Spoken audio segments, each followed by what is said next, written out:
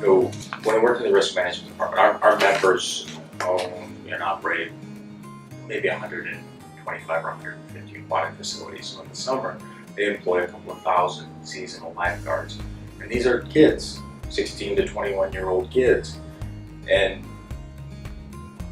we've unfortunately had a few drownings in the past, so we have a heavy focus on aquatic risk management.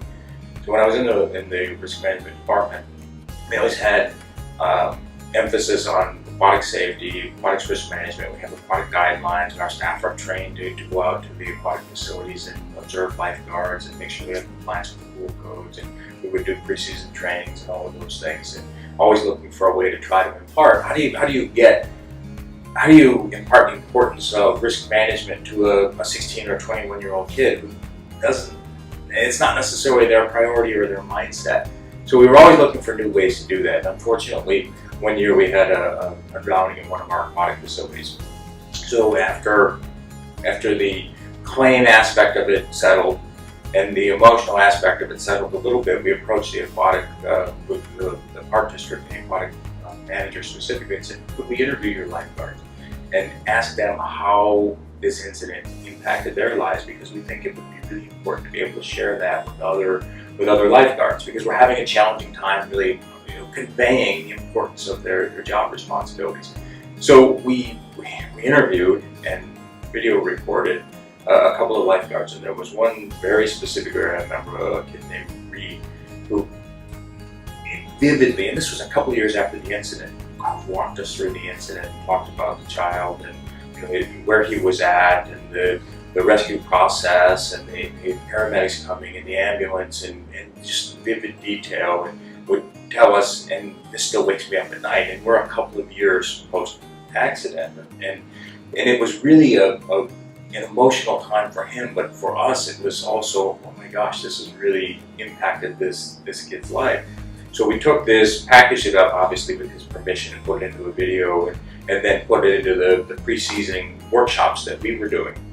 We did a large workshop, one of the other risk management staff with me, and the kids were riveted by this, and you really could tell it impacted them. And we always typically close that by telling the kids, this is a huge responsibility, and you've got to be able to understand your responsibility, commit to doing the best that you can, and have that open, interactive dialogue with your manager if things aren't working out the way that you want them to. So everybody's leaving. There's a kid that comes up to my coworker, and they have a conversation. I overhear a little bit of it. The kid walks away, and my coworker said to me, I said, well, what was the nature of that? The kid said, I don't think I can be a lifeguard.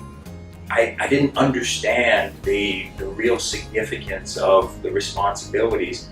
I don't think I can do it. I said, what'd you tell him? He said, I told him that he was really mature for being able to recognize that. He should go talk to his manager, because I'm sure the manager or somebody that has that foresight decision making will want you in the concession area as an attendant. He'll be able to find some other position for you.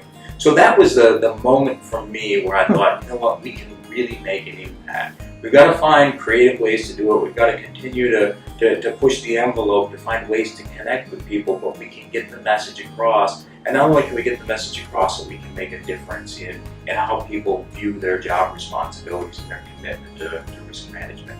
So that, for me, and that was probably 15 years ago, maybe 18 years ago, it's still something that kind of resonates with me. So even fast forward a few more years, this lifeguard became a paramedic. So we interviewed him again, I think probably 7 years afterwards.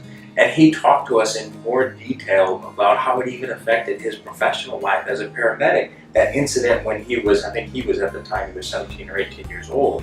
So we're interviewing him in his mid-20s as a paramedic working for a large suburban Chicago fire department, and about how that time as a lifeguard, that particular incident, impacted his life on a day-to-day basis, and his professional choice and how he did his job. So it was an eye-opening experience, but also one that re-emphasized for us what we're doing and how we're helping our members